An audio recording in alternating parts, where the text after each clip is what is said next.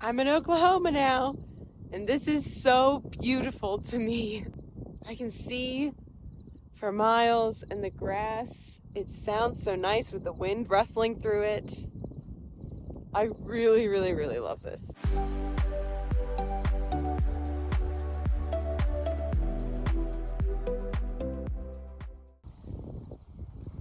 So I made it to another new state for me, Oklahoma, and let me tell you, I was there for like 30 minutes because all I did was drive through the panhandle, but you can't say that doesn't count. So I drove directly south into Amarillo, Texas, and Palo Duro Canyon State Park. So I overnighted on the side of the road yesterday because there were literally no spots left to overnight here, and I was so sad because I didn't get to see the stars super well because there were some lights. But it turns out when I woke up in the morning, it was completely foggy, and right now it's just starting to clear up at the start of my hike, and we're going to the top of the lighthouse thing. I mean, it's just a rock formation that looks like a lighthouse in Palo Duro Canyon. I didn't plan on being here, but I'm here. The vegetation is really cool. And look, we're going up there.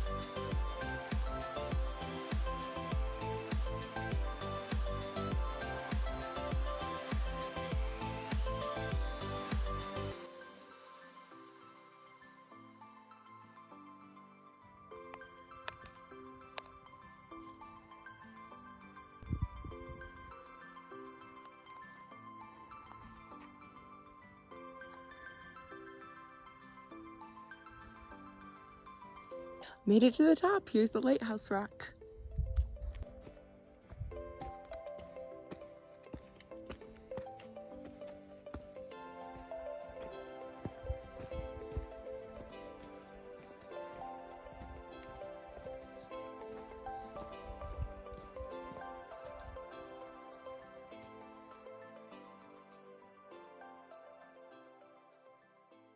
I'm gonna be very careful standing up and going down from here because it's crumbly.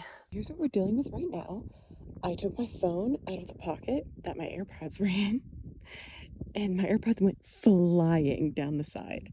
I saw exactly where they landed. I found the right one, and the left one is right over here. I don't know if you see it. Bonus points if you spot it before I get to it. You see it? I cannot believe I saw both of them.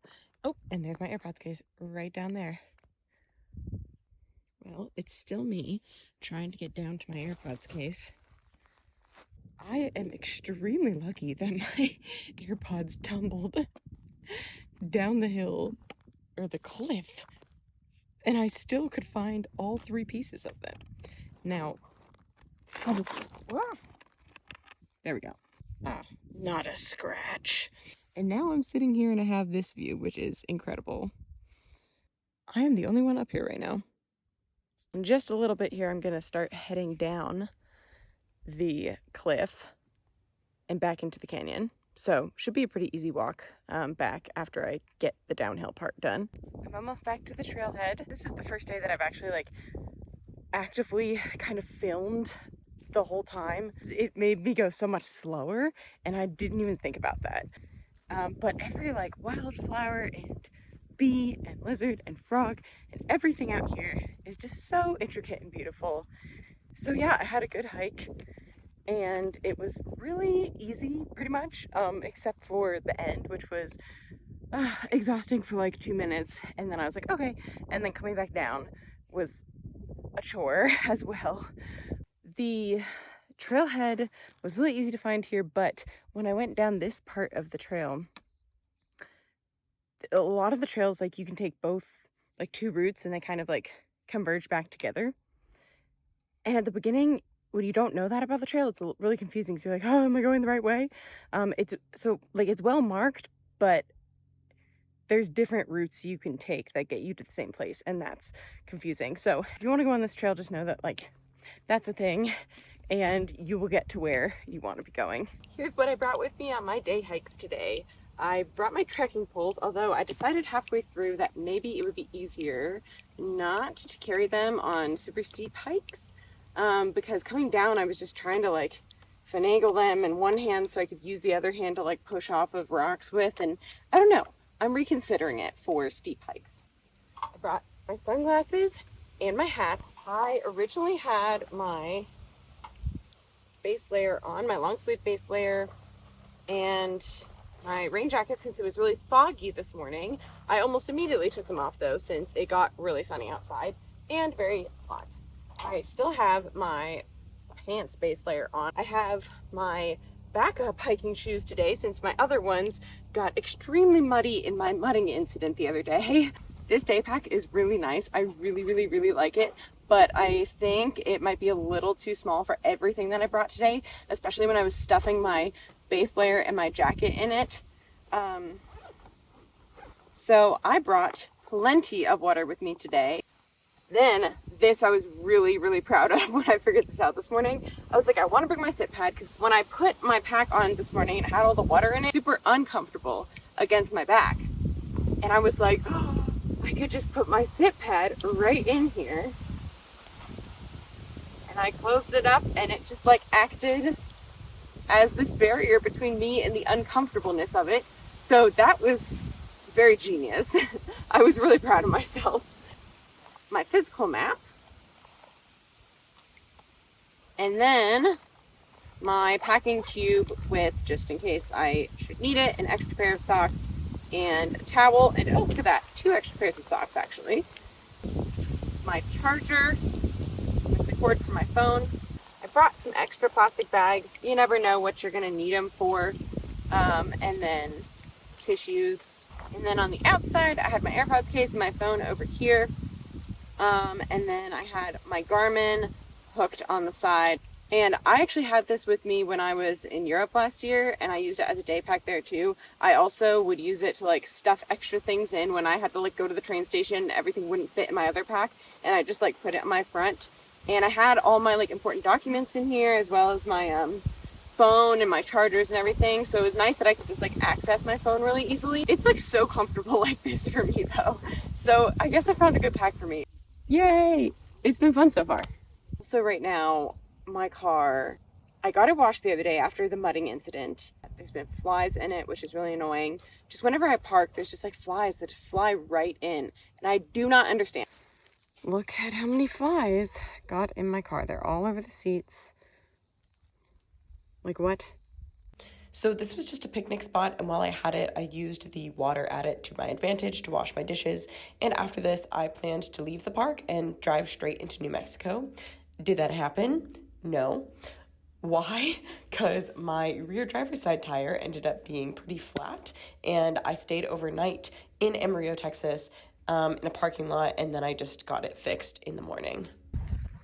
I've been looking through my photos to see what I'm gonna put on Instagram, which is totally new for me. I just made it literally at the library today.